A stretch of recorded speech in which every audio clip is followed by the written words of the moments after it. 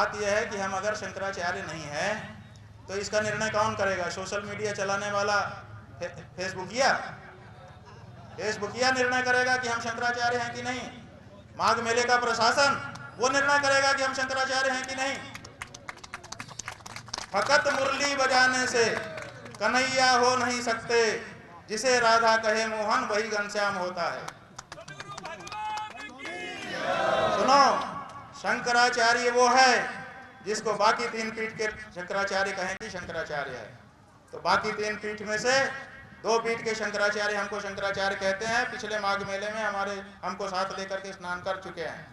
जब स्वयं श्रृंगेरी के शंकराचार्य जी, द्वारका के शंकराचार्य जी हमको कह रहे हैं कि हम शंकराचार्य हैं, हमको साथ में लेके स्नान कर रहे हैं, तो अब किस प्रमाण की आपको जरूरत है? ये प्रशासन तय करेगा कि हम शंकराचार्य हैं कि नहीं है।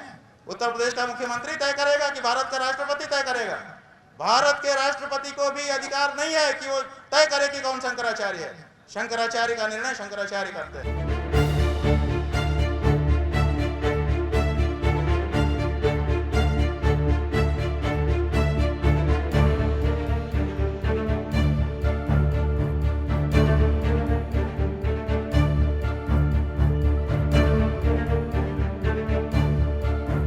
तो आप तो मुख्यमंत्री हो, कालनेमियों को चिन्हित करके उनका नाम सार्वजनिक करो।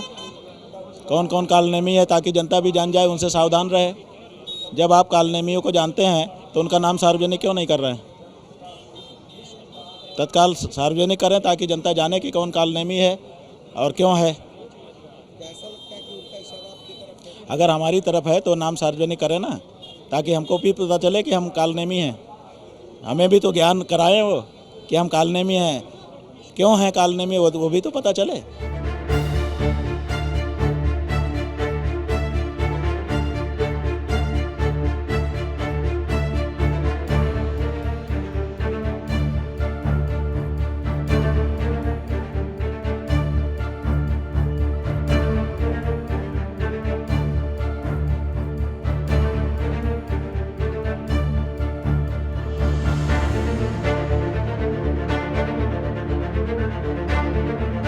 एक योगी के लिए, एक सन्यासी के लिए, एक संत के लिए धर्म और राष्ट्र से बढ़कर के कुछ नहीं हो सकता।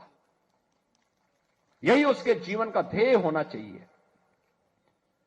उसकी व्यक्तिगत प्रॉपर्टी कुछ नहीं होती।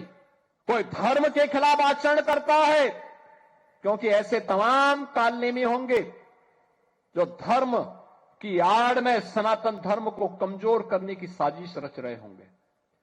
हमें उनसे सावधान होना होगा, उनसे सतर्क रहना होगा।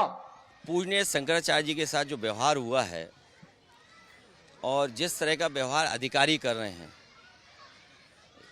आखिरकार कौन है उसके पीछे?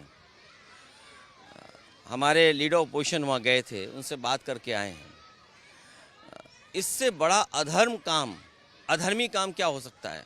और सनातनियों का अपमान, पूजनीय शंकराचार्य जी को नोटिस देना, उससे पहले उन्हें स्नान से रोकना, उनके जो सहयोगी हैं, जो कम उम्र के हैं, उनके साथ जो व्यवहार हुआ, जो वीडियोस आए हैं जहां पर चुटिया पकड़ करके या उनका जो अपमान किया है, जिस तरीके से लाठी मारी और जिस तरीके से उनको कपड़े उतार के पीटा है, कोई कल्पना कर सकता है कि मुख्यमंत्री अपने आप को योगी कहते हों, संत हों, और संत की सरकार में ऐसा कुछ हो रहा हो?